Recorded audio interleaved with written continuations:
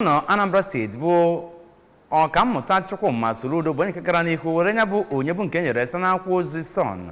dịka gọvanọ nke afọ anụnwa bụ onye kachasị wee lụọ ọrụ nke nyere ya na Eko Hotel bụ nke dị n'Ikeja na Lagos wee nyefezie ndị nke gbara mbọ na ọrụ nakwazi mmalite nke steeti a. Onye bụ onye nkwanye ugwu bụzi nke o nyere tụmadị ndị nke na-anya keke, ndị nke na-akpọba ahịa mkpọba, ndị nke na-akọ ọrụ ugbo nakwazi ezigbote ụmụ amaala steeti a dịka ndị nke na-enye akwazi aka n'akụnụba nke steeti a ma bụrụkwazi ndị nke na-enyekwazi aka ịkwụ na steeti a bụ nke na-aga n'ihu. Anyị ga-esi ebe a wee wetara gị akụkọ maka nke a.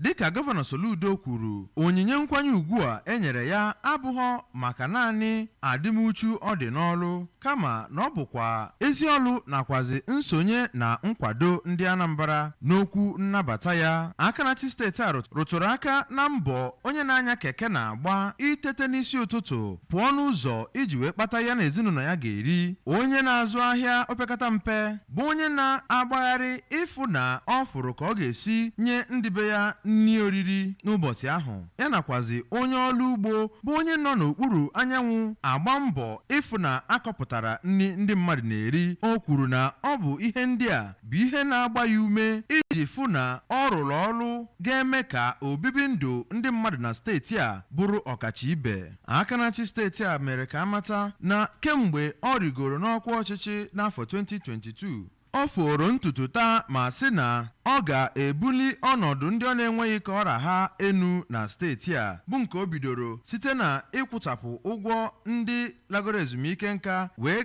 ruo na inye ahụike n'efu nyegara ndị dị ime ya nakwazi ịgụ akwụkwọ n'efu o nyere ụmụ akwụkwọ nakwazi ịlụgharị ọba ahụike ya nakwazi iwugharị ọnọdụ ịkọ ọrụ ugbo na steeti a. O kwuru na ọchịchị ya bụ nke gbadosiri ụkwụ ike ịfụ na ha metụtara ndụ ndị mmadụ ebe ọ na-akpa ha ma mekwe ka mkpa ahụ wee pụọ. Okwu nwezikwere njikere gọọmenti ya dị ịfụ na enwere ọchịchị onye kwuo uche ya nakwa ọchịchị a na-agaghị agharịpụ mmadụ n'azụ.